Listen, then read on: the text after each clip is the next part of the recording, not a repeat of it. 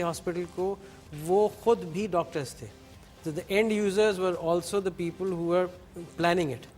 اس پہ یہ نہیں تھا کہ کسی نے بنا کے دے دیا اور ڈاکٹروں کو ہائر کر لیا کہ اب چلاؤ, نہیں, ہم ہی اس کو اون بھی کرتے ہیں ایک طرح سے, وہ ہمارا ہی اس میں خون اور اس میں پسینہ لگا ہوا ہے, ہماری زندگیاں اور ہماری عزت اور ہماری محنت سب اسی میں شامل ہے, تو اس لیے اس کو بہتر سے بہتر بنانا ہمارے ہی اس کے ضروری تھا. اور ہم یہ بالکل بلیو کرتے ہیں, بالکل کلیئرلی ہمارا یہ ایمان ہے اس میں کہ جو وہاں پر آئے وہ اس وجہ سے نہ اس کا ایک کمپرومائز ٹریٹمنٹ ہو جائے کہ وہ افورڈ نہیں کر سکتا.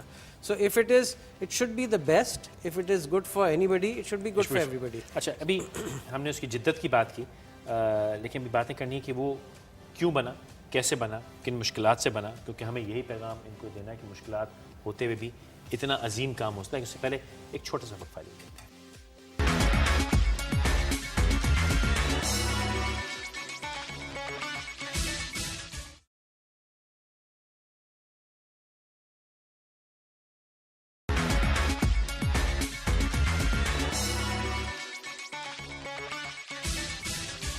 ہمارے ساتھ رہنے کا بہت شکریہ.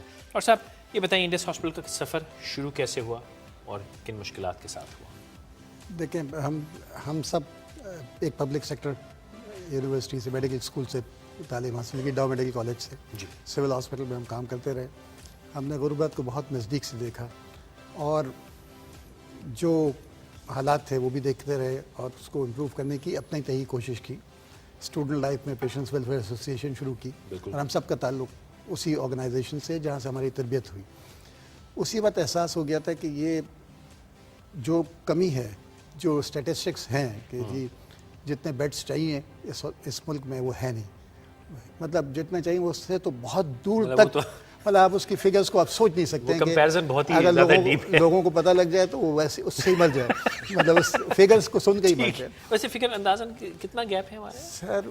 ہمارے ایک مریض 18,000 مریضوں پہ ایک پلنگ, ایک بیڈ. ٹھیک. اور کراچی کی آبادی 1 کروڑ. یہ صرف کراچی کا ڈیٹا دیا ہے؟ نہیں, پاکستان کے. WHO 2009. تو پھر ہم نے اسی وقت سول ہاسپٹل کی کیجولٹی ہم لوگوں نے ڈیولپ کی تھی. جب اس فائنل کمپلیشن پہ تھی اس وقت ہم نے بیٹھ کے کہا تھا کہ ایک دن ایک ہاسپٹل بنائیں گے, کیونکہ ہمیں جو مشکلات پیش آئی وہاں پر, تو ہم نے کہا کہ اس میں وقت ضائع بہت ہوتا ہے, تو اس لیے بہتر ہے کہ کوئی ایسی جگہ بنائے جہاں پر ہم اپنی طبیعت کے مطابق جو ہم چاہتے ہیں, جو اپنا مشن ہے اس کو پورا کر سکیں. اس وقت ایک سوچا تھا کہ یہ ہم بنائیں گے. اس وقت ہم لوگ ابھی فریش ڈاکٹر, میں ڈاکٹر بن چکا تھا, ظفر فائنل ایئر میں تھے اور امین ان سے 1 سال جونیئر تھے. تو اس وقت یہ ہوا تھا کہ اور آرکیٹیکٹ اور پروجیکٹ مینجمنٹ ہم نے کہا کہ بنائیں گے. پھر ہم اپنی پوسٹ گریجویشن کے لیے چلے گئے, لیکن یہ سوچ رہی کہ اس کو کرنا ہے. مختلف چیزیں بیچ میں کرتے چلے گئے. کارڈیک سرجری سول ہاسپٹل میں اسٹیبلش ہوا, اس میں بھی پھر اور محسوس ہوا کہ اب باہر زیادہ کرنا ہے, تو پھر ہم نے کام شروع کر دیا. مشکلات دیکھیں آتی ہیں, لیکن ہم سب کو ایک بات کا یقین تھا, ایمان تھا کہ جی یہ چیز بن جائے گی. اور ہمارے پاس صرف ایک ہی چیز تھی, پیسہ نہیں تھا, یقین تھا کہ یہ چیز بنے گی. فیصلہ ہو گیا, بالکل یہ فیصلہ ہے اور ہونا ہے.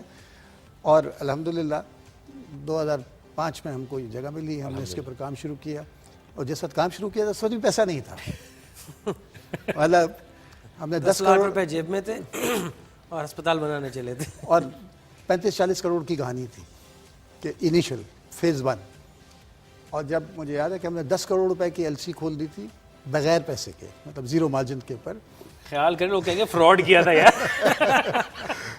لیکن اللہ تعالیٰ نے اس قسم کا نظام رکھا کہ جب ڈاکیومنٹس آنے ہوتے تھے اس سے پہلے پیسہ آ جاتا ہے. مطلب ایک انجیوگرافی مشین ابھی پہنچنے والی تھی, تو اختر عزیز صاحب نے مجھ سے پوچھا, ڈاکٹر اختر عزیز نے, کہ بھاری وہ انجیوگرافی کب آئے گی؟ میں نے کہا سر اسی ہفتے 10 دن میں آ جائے گی. ابھی یہ بات ہو رہی ہے, وہ کہہ رہے پیسے, میں نے کہا ابھی تک تو نہیں آیا. 4.25 کروڑ روپے کی ٹھیک ہے تھی. کسی سے بات ہو رہی تھی, مختلف لوگوں سے کر رہے تھے, کہ اسی وقت فون آیا مجھے, اور ان سے ان کی بورڈ میٹنگ تھی ایک گروپ کی, اور انہوں نے مجھے کہا کہ جی کہ یہ انجیوگرافی مشین ہمارے بورڈ نے اپروو کر دی. ابھی میری ٹیلی فون پہ بات چل رہی ہے تو میرا PA جو ہے نا وہ DHL کا ایک لفافہ چھوڑ گیا. اور وہ لفافہ کھلا تو اینجیوگرافی مشین کے ڈاکیومنٹس تھے. پورٹ پہ آ گئی ہے. پورٹ پہ آ گئی, شروع ہو گیا کام. کوئی نہ کوئی اسکیپٹک بھی تو ہوگا نا ساری سچویشن.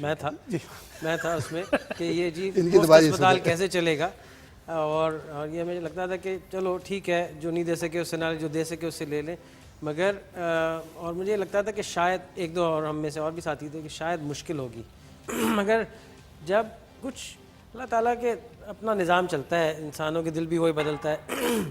جب ارتھکویک آیا اور ہاسپٹل کے گروپ کی طرف سے, میں اس وقت ہاسپٹل بنا نہیں تھا, بن رہا تھا, میں گیا نارتھ میں, تو جو مشکلات آئیں مگر جو ہم نے دیکھا, جو پاکستان کی قوم نے جس طرح سے اس زلزلے میں مدد کی اپنے, میں نے فون کر کے کہا کہ اب مجھے یقین ہو گیا ہے کہ انڈس ہاسپٹل بن بھی جائے گا اور فری چل بھی جائے گا. آئی واز ایبسلیوٹلی کنونس کہ یہ ہو جائے گا. وہ جو اسپرٹ تھی اس دن سے I have never look back. Okay Aliza, you have a question. Sir آپ نے ایک بات کہی کہ میں نے غربت کو بہت نزدیک سے دیکھا ہے, رائٹ؟